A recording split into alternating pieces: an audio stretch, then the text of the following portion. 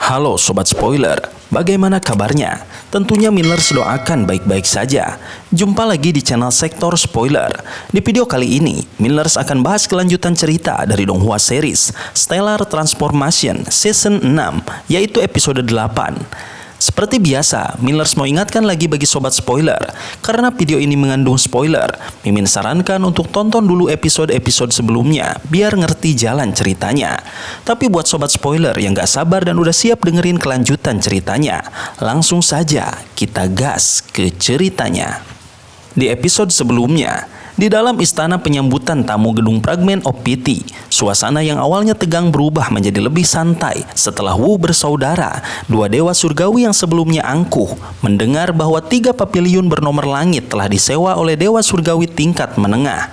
Mereka pun segera kehilangan keberanian untuk bersikap sombong, bersaing dengan dewa surgawi tingkat menengah tanpa senjata yang kuat seperti harta karun spiritual Grand Mist, hampir sama dengan mendekati kematian. Wanita pelayan dengan suara lembut menanyakan apakah mereka sudah memutuskan di mana akan tinggal. Wu Liu dengan ekspresi tidak nyaman menyarankan kepada kakaknya Wu Gang untuk tinggal di paviliun bernomor bumi melalui transmisi suara kesadaran ilahi. Wu Gang mengangguk setuju dan kemudian menatap tajam orang-orang di dalam paviliun penyambutan tamu. Setelah Wu bersaudara meninggalkan aula penyambutan tamu, suasana yang sebelumnya menindas menjadi ramai dengan obrolan. Orang-orang mulai membicarakan dua dewa surgawi itu dan dewa surgawi lainnya yang tinggal di gedung Fragment of Pity.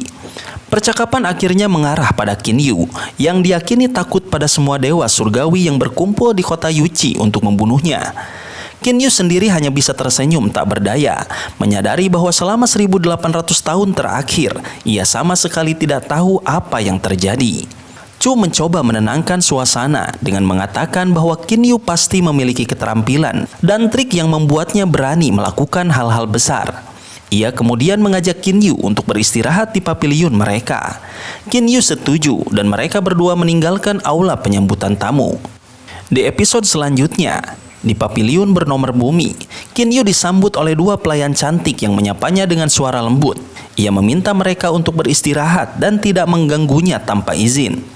Qin Yu merasa nyaman dan santai, menikmati suasana yang tenang. Ia pun memutuskan untuk tidur, sesuatu yang jarang ia lakukan sejak mulai berlatih. Keesokan harinya, Qin Yu bangun dengan perasaan santai. Ia memutuskan untuk meninggalkan gedung Fragment of Pity dan menghadapi tantangan yang menunggunya. Ia tahu bahwa banyak dewa surgawi yang datang untuk mencarinya, dan ia siap menerima tantangan mereka. Di luar kota Yuchi, Wu Gang dan Wu Liu sedang dalam perjalanan menuju Gunung Mini, tempat mereka menduga Qin Yu bersembunyi. Mereka berhati-hati, menyadari bahwa Qin Yu memiliki artefak ilahi surgawi berkualitas tinggi yang bisa menjadi ancaman serius. Sementara itu, Qin Yu telah tiba di Gunung Mini. Ia memutuskan untuk menyambut para tamu yang datang dengan susunan formasi yang ia siapkan. Ia yakin bahwa formasi tersebut cukup untuk menjebak dewa surgawi tingkat rendah biasa dan bahkan bisa menahan dewa surgawi tingkat menengah untuk sementara waktu. Ketika Wu bersaudara tiba di Gunung Mini, mereka segera merasakan aura yang kuat dan waspada. Mereka memasuki susunan ilusi yang dibuat oleh Qin Yu. Tetapi Wu Gang berhasil mengendalikan perubahan ruang dan mengembalikan lingkungan ke keadaan normal. Qin Yu akhirnya menunjukkan dirinya, menyambut Wu bersaudara sebagai tamu pertamanya. Dengan senyum di wajahnya, ia mengeluarkan siluet pedang merah yang dengan cepat memotong bilah melengkung milik Wu Gang dan Wu Liu. Keduanya terluka parah dan tidak memiliki kekuatan untuk melawan. Qin Yu kemudian mengeluarkan pagoda penyegelan dewa yang membuat mereka merasa mengantuk dan akhirnya menyerap mereka. Wu Gang dan Wu Liu, dua dewa surgawi yang sebelumnya terluka parah, terlempar ke dalam keadaan kebingungan. Setelah menerima serangan jiwa dari pagoda penyegelan dewa harta karun spiritual Grand Mist, mereka sama sekali tidak memiliki kekuatan untuk menahan energi penyerap dari pagoda tersebut. Dalam sekejap, mereka berdua terserap ke dalam pagoda itu. Begitu masuk ke dalam pagoda penyegelan dewa, Wu Gang dan Wu Liu langsung tersadar sepenuhnya. Mereka merasakan ikatan yang ditempatkan pada jiwa mereka oleh pagoda itu. Mereka tahu bahwa mereka telah menjadi pelayan Qin Yu. Wu Liu menatap kakaknya, Wu Gang, yang biasanya selalu mengambil keputusan penting. Namun, kali ini Wugang hanya bisa tersenyum pahit. Ia menghela nafas dan mengakui bahwa keserakahan mereka telah membawa mereka ke situasi ini. Mereka berdua hanya bisa tersenyum pahit dan mulai memulihkan tubuh mereka yang terluka menggunakan pelet emas darah giok. Setelah beberapa waktu, Wugang dan Wulyu tiba-tiba kehilangan kemampuan untuk bergerak bebas. Mereka dikeluarkan dari pagoda penyegelan dewa dan muncul di samping danau Alpin di atas Gunung Mini. Di depan mereka, Kinyu berdiri dengan tenang.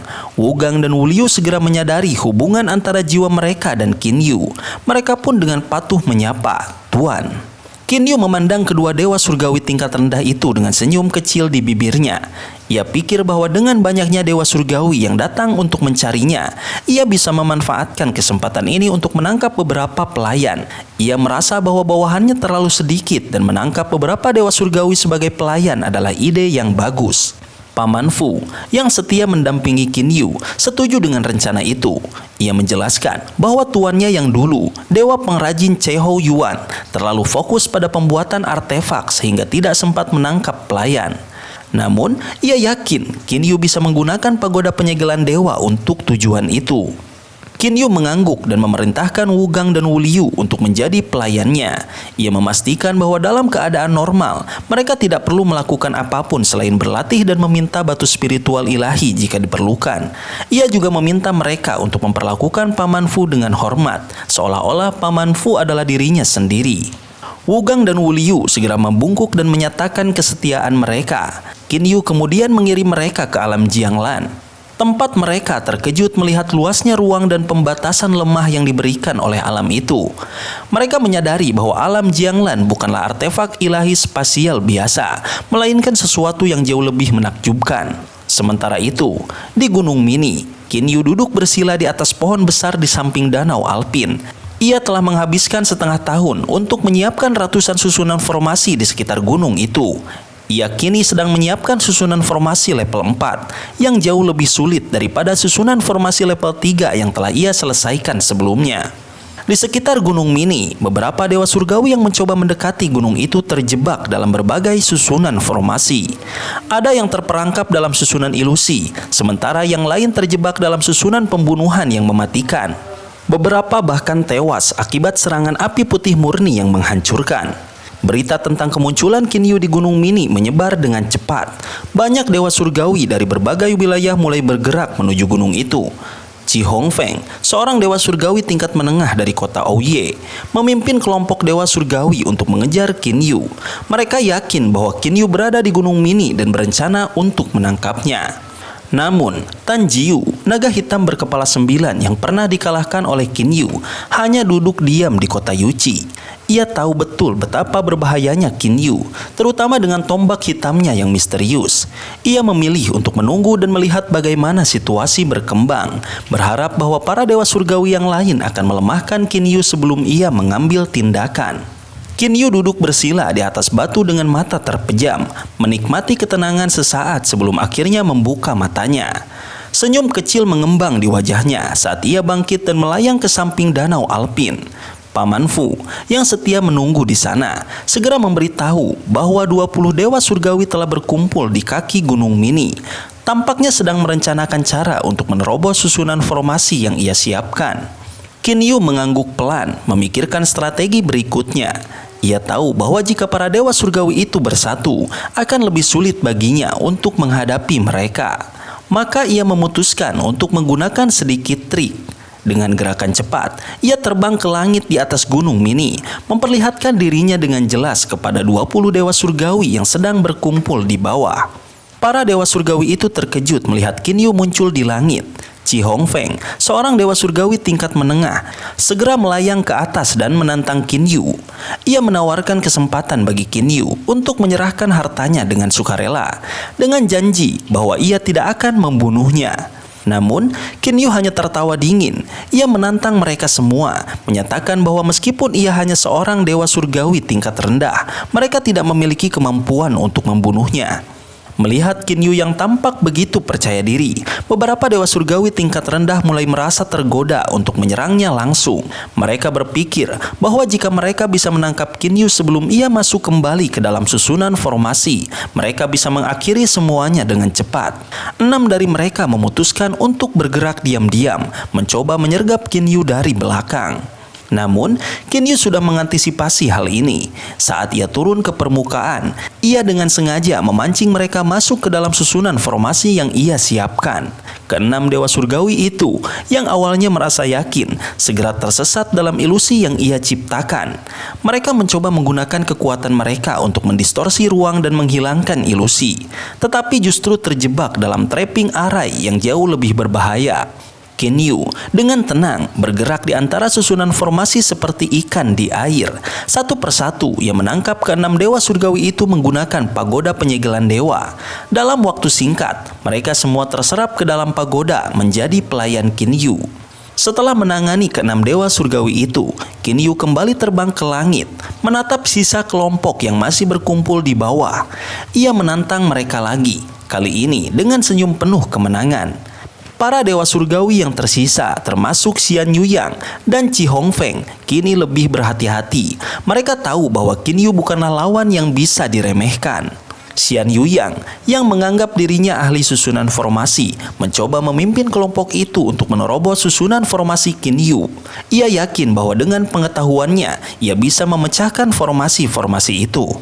Namun, begitu mereka memasuki trapping arai level 4 yang Qin Yu siapkan, Xian Yuyang segera menyadari betapa rumitnya susunan formasi itu. Keringat dingin mulai mengucur dari dahinya saat ia berusaha memecahkan formasi yang jauh lebih kompleks dari yang ia duga. Sementara itu, Qin Yu hanya tersenyum dari kejauhan. Ia tahu bahwa Xian Yuyang tidak memiliki kemampuan untuk memecahkan susunan formasi level 4. Ia memutuskan untuk membiarkan mereka berjuang sejenak, menunggu saat yang tepat untuk menangkap mereka satu persatu. Qin Yu berdiri di udara dengan tenang, matanya mengamati 9 dewa surgawi yang baru saja tiba. Mereka dipimpin oleh seorang pria berambut panjang merah menyala, dengan mata yang sama berapinya. Pria itu, Lan San Huo, dikenal sebagai singa api dari kota Yuanling, salah satu kelompok bandit terbesar di wilayah timur alam ilahi. Aura yang dipancarkannya begitu kuat dan sombong, seolah-olah ia adalah penguasa segala sesuatu di sekitarnya. Lan San Huo langsung menatap Qin Yu yang berdiri di tengah langit. Dengan suara keras, ia menantang Qin Yu, menanyakan apakah ia benar-benar Qin Yu yang mereka cari. Qin Yu hanya tersenyum, menanggapi dengan santai dan meminta Lan San Huo untuk memperkenalkan dirinya. Lan San Huo dengan bangga menyebut dirinya sebagai singa api dari kota Yuanling dan memperingatkan Qin Yu untuk menyerahkan hartanya jika tidak ingin menghadapi konsekuensi serius. Namun, sebelum Lan San Huo menyelesaikan ancamannya, salah satu bawahannya mengirimkan pesan melalui transmisi suara kesadaran ilahi, memberitahunya bahwa Qi Hongfeng, seorang dewa surgawi tingkat menengah yang terkenal, telah tiba sebelumnya dan sekarang tidak terlihat. Lan San Huo mulai merasa ragu. Ia tahu betul betapa kuatnya Qi Hongfeng, dan jika Qin Yu berhasil menangkapnya, maka Qin Yu pasti bukan lawan yang bisa diremehkan. Tapi Lan San Huo tidak mau menunjukkan keraguannya. Ia memutuskan untuk tetap maju, berpikir bahwa susunan formasi Qin Yu mungkin tidak sekuat yang dikira. Ia memerintahkan bawahannya untuk mengikutinya dan menyerang Qin Yu bersama-sama. 8 dewa surgawi tingkat rendah, termasuk 3 bawahannya, mengikuti Lan San Huo dengan setia. Sementara 5 lainnya, yang bukan bawahannya, memutuskan untuk tetap berada di belakang. Qin Yu yang melihat 9 dewa surgawi itu menyerang, hanya tersenyum. Ia tahu bahwa mereka akan terjebak dalam susunan formasinya. Dengan gerakan cepat, ia melesat ke dalam trapping arai, susunan formasi level 4 yang ia siapkan. Ia yakin bahwa susunan formasi ini mampu menangani serangan dari banyak dewa surgawi sekaligus. Di dalam trapping arai, Qi Hongfeng dan Xian Yuyang yang sudah terjebak sebelumnya masih berusaha mencari cara untuk keluar. Xian Yuyang yang menganggap dirinya ahli susunan formasi terus menganalisis susunan formasi Qin Yu. Tetapi semakin ia mencoba, semakin ia bingung. Susunan formasi ini tidak mengikuti logika yang ia pahami dan ia mulai merasa putus asa. Chi Hongfeng yang mulai kehilangan kesabaran memutuskan untuk mengurangi ukuran domain spasialnya untuk menghemat energi. Ia mengusir 3 dewa surgawi tingkat rendah yang bukan bawahannya, memaksa mereka untuk bertahan sendiri di tengah serangan susunan formasi. 5 dewa surgawi tingkat rendah itu yang kini terpisah dari kelompok mereka mulai panik dan mencoba melarikan diri. Qin Yu yang mengamati semuanya dari dalam susunan formasi memutuskan untuk bertindak. Ia tahu bahwa jika ia tidak segera menangani mereka, mereka akan mati karena serangan susunan formasi. Dengan menggunakan Divine Spear Waning Snow, tombak legendarisnya, ia mulai menyerang satu persatu. Kemampuan tombak itu, termasuk serangan jiwa dan energi gelap kuning, membuat Qin Yu hampir tak terkalahkan dalam pertempuran 1 lawan 1. Chi Hongfeng yang awalnya percaya diri mulai merasa cemas ketika Qin Yu tiba-tiba muncul di depannya. Meskipun ia mencoba menggunakan domain spasialnya untuk mengikat Qin Yu, tombak Divine Spear Waning Snow mampu menembus pertahanan dengan mudah. Dalam sekejap, Chi Hongfeng dan 3 bawahannya jatuh ke tanah, lumpuh oleh serangan jiwa dari tombak itu. Qin Yu tidak membunuh mereka, sebaliknya, ia menggunakan pagoda penyegelan dewa untuk menyerap mereka, menjadikan mereka pelayannya. Satu persatu, dewa surgawi yang terjebak dalam susunan formasi itu diserap ke dalam pagoda. Jumlah pelayan Qin Yu terus bertambah. Dengan senyum kecil di wajahnya, Qin Yu melanjutkan misinya. Ia tahu bahwa semakin banyak dewa surgawi yang datang, semakin banyak pelayan yang akan ia dapatkan. Dan dengan pagoda penyegelan dewa di tangannya, ia siap menghadapi siapapun yang berani menantangnya. Qin Yu berdiri di samping danau Alpin, menikmati ketenangan sesaat setelah menangkap 23 dewa surgawi yang datang untuk menyerangnya. Dengan pagoda penyegelan dewa di tangannya, ia telah berhasil menambah 31 pelayan tingkat dewa surgawi, termasuk 6 yang sebelumnya ia tangkap dan Wu bersaudara. Ia merasa puas dengan hasilnya, meskipun tahu bahwa lebih banyak tantangan akan datang. Dengan lambaian tangan, Qin Yu memunculkan 23 dewa surgawi yang baru saja ditangkapnya. Mereka semua berdiri di hadapannya, dengan Chi Hongfeng, Xian Yuyang, dan Lan San Huo di barisan depan. Meskipun mereka adalah dewa surgawi tingkat menengah yang kuat, kini mereka terikat oleh jiwa mereka kepada Qin Yu. Mereka membungkuk dengan hormat, menyapa Qin Yu sebagai tuan mereka. Qin Yu memandang mereka dengan tenang, lalu memperkenalkan Paman Fu sebagai orang yang akan mengatur segala urusan mereka. Paman Fu yang setia dan bijaksana segera mengambil alih peran itu dengan senyum kecil. Qin Yu kemudian memindahkan mereka semua ke ruang lapisan kedua alam Jianglan, tempat mereka akan tinggal dan melayani di bawah pengawasan Paman Fu. Setelah menangani para pelayannya, Qin Yu kembali ke Gunung Mini. Ia duduk bersila di tengah trapping arai, merenungkan langkah selanjutnya. Ia tahu bahwa lebih banyak dewa surgawi akan datang, dan ia siap menghadapi mereka. Namun, di balik kesiapannya ada harapan besar. Qin Yu merasa bahwa dalam 100 tahun ke depan, ia akan mencapai terobosan dalam jiwanya dan membuka ruang lapisan ketiga alam Jianglan. Saat itu, ia akan bisa bertemu kembali dengan Li Er, kekasihnya yang telah lama ia rindukan. Sambil menunggu, Qin Yu mempelajari gulungan emas yang berisi deskripsi terperinci tentang susunan formasi level 7 dan 8 oleh Dewa Pengrajin Chehou Yuan. Meskipun ia belum bisa memahami sepenuhnya misteri di balik susunan formasi level tinggi itu, ia yakin bahwa suatu hari nanti ia akan mencapainya. Ia terus membaca dan merenungkan, berusaha memahami kekuatan yang tersembunyi di balik metode sederhana yang dijelaskan dalam gulungan itu. Sementara itu, di kaki Gunung Mini, lebih dari 50 dewa surgawi telah berkumpul. Mereka dipimpin oleh Yi Gongsu, seorang dewa surgawi tingkat menengah yang kuat, dan Tan Jiu, naga hitam berkepala 9 yang terkenal. Meskipun mereka awalnya ragu-ragu, kehadiran Tuan Qiuzong, satu-satunya dewa surgawi tingkat tinggi di antara para bandit, mengubah segalanya. Tuan Qiuzong, yang dikenal sebagai sosok yang sangat kuat, telah memerintahkan bawahannya untuk memimpin serangan terhadap Qin Yu. Yi Gongsu, yang kini ditunjuk sebagai pemimpin, mulai merencanakan strategi. Ia tahu bahwa susunan formasi Qin Yu sangat kuat, tetapi dengan kekuatan gabungan dari 50 lebih dewa surgawi, termasuk Tuan Qiuzong, mereka memiliki peluang besar untuk menembus pertahanan Qin Yu. Namun, Tan Jiu, yang pernah berhadapan langsung dengan Qin Yu, merasa ragu. Ia tahu betapa berbahayanya Qin Yu, terutama dengan tombak Divine Spear Waning Snow-nya. Meskipun demikian, Tan Jiu memilih untuk tidak melawan keputusan Yi Gongsu. Ia hanya tersenyum dingin dalam hati, menunggu untuk melihat bagaimana situasi akan berkembang. Namun, di balik semua persiapan itu, ada ketegangan yang tak terelakkan. Mereka semua tahu bahwa Qin Yu bukanlah lawan yang bisa diremehkan, dan pertempuran ini mungkin akan menjadi yang terberat dalam hidup mereka. Sobat spoiler, itulah spoiler untuk episode 8 dari Donghua series Stellar Transformation Season 6. Tentunya spoiler ini tidak akan sama persis dengan episode sesungguhnya. Maka dari itu, jika ada kesalahan dalam kata ataupun istilah, serta kelebihan atau kekurangan durasi, harap dimaklumi. Dan jangan lupa untuk mendukung channel ini lebih berkembang dengan cara like, share, dan subscribe, supaya kalian gak ketinggalan update terbaru dari channel ini. Terima kasih banyak udah nonton video ini sampai akhir, Sobat Spoiler. Kritik dan saran positifnya silahkan di komentar. Sampai ketemu lagi di video berikutnya. Tetap semangat dan sampai jumpa.